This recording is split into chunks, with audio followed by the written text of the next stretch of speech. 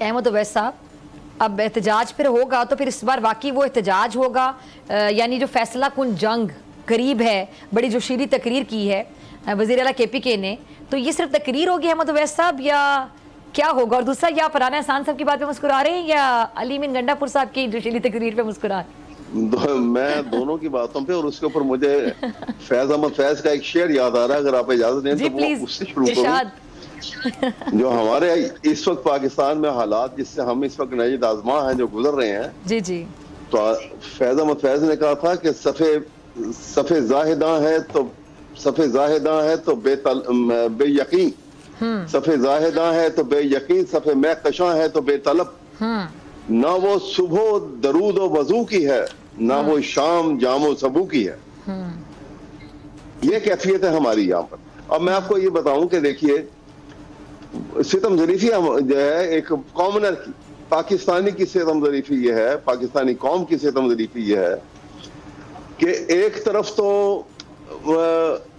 गैर मुहज़्ज़ब ज़ुबान का इस्तेमाल है,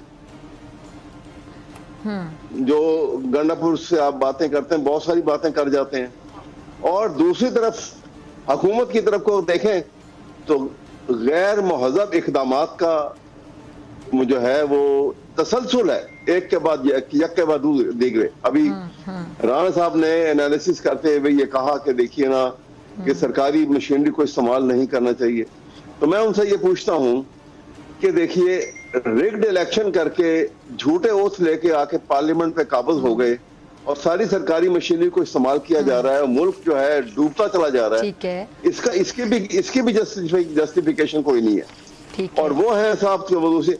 तो ये टकराव जो है ये पाकिस्तानी कौम के लिए और पाकिस्तान के लिए बड़ी तकलीफ दे बात है। यहाँ पे कोई कंसेंसस की बात होनी चाहिए, आप मिल बैठ के कोई ना कोई ऐसा रास्ता निकालना पड़ेगा, और रास्ता निकालना इंतहाई जरूरी है पाकिस्तान की बेटरमेंट के लिए।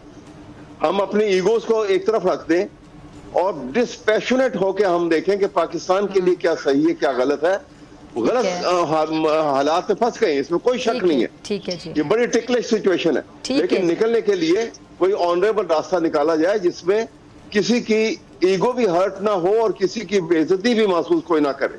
ठीक, एक दूसरे से जो स्कोर विनिंग पोजीशन से बाहर निकल आए हम। सब्सक्राइब करें और बेल दबाएं ताकि कोई खबर रह न जाए।